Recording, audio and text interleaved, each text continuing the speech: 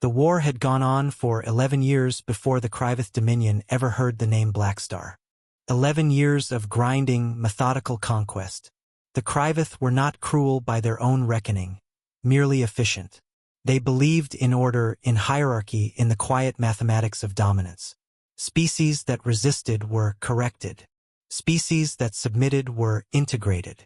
And for 3,000 years, no one had done anything but submit or die.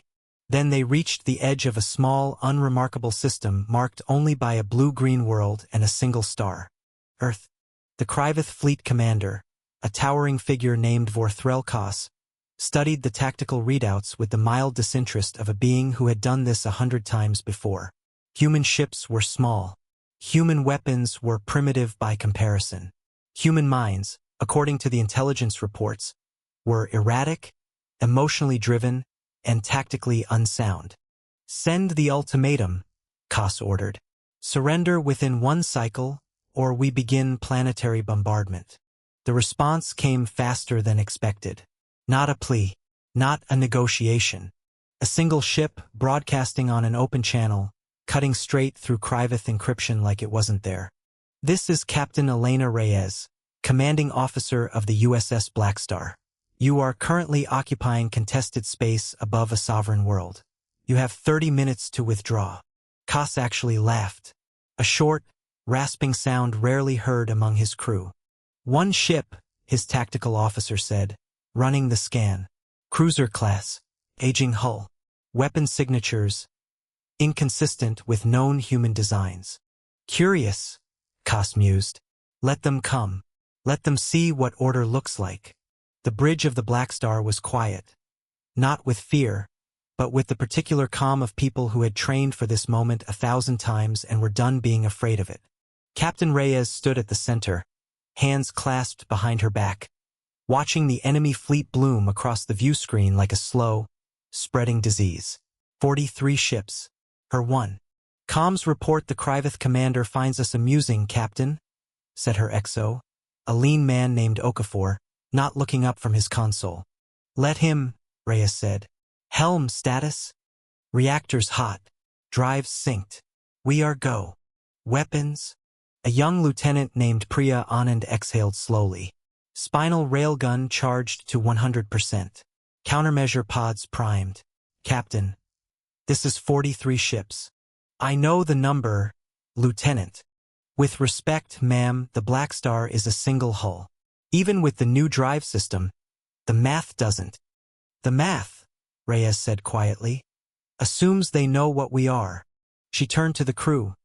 211 souls.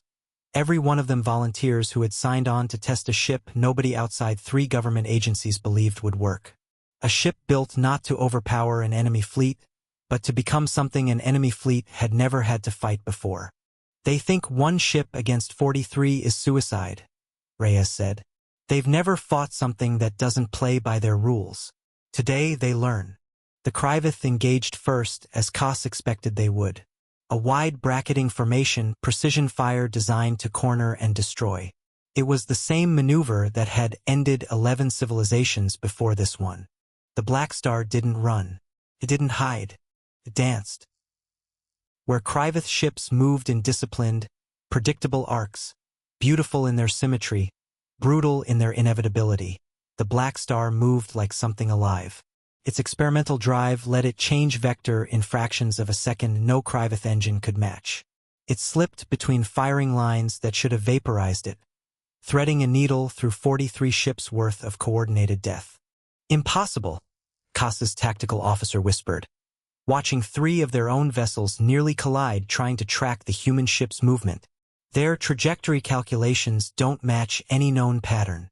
Human pilots, Kos snapped. Reckless. Emotional. It cannot be sustained. But it was sustained. For 11 minutes, the Blackstar wove through a kill box built to erase it, striking not with brute force but with surgical precision, engine cores, sensor arrays, weapons batteries. Not to slaughter, to disable.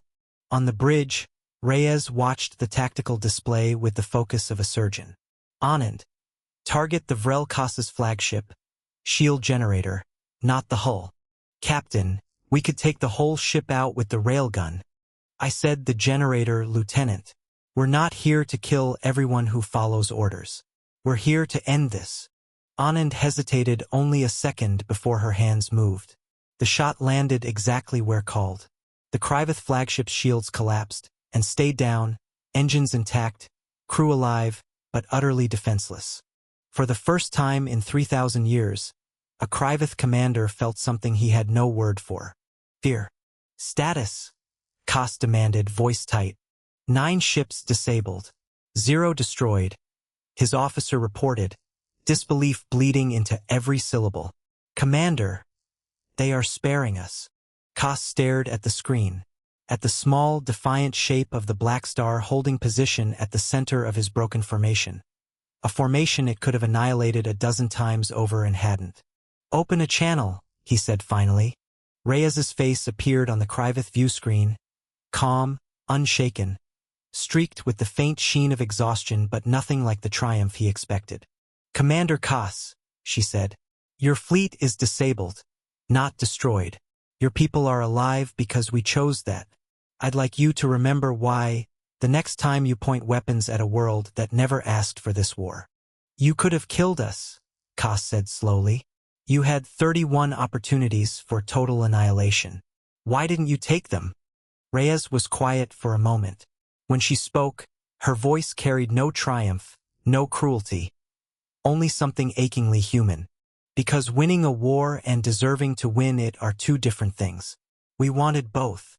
Koss said nothing. In 3,000 years, no species had ever refused a killing blow simply because they were capable of restraint. Strength, to the Kryveth, was measured in what you took. It had never occurred to him that it could be measured in what you chose not to. The Kryveth withdrew from the system that day, not in surrender, but in something closer to reverence.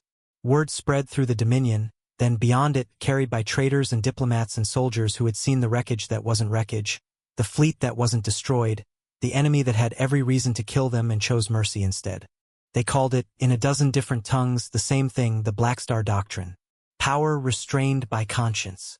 Strength wielded with a soul. And on a quiet bridge, light years from the nearest star that mattered, Captain Elena Reyes looked out at the wreckage-free field of stars and allowed herself, finally, to breathe.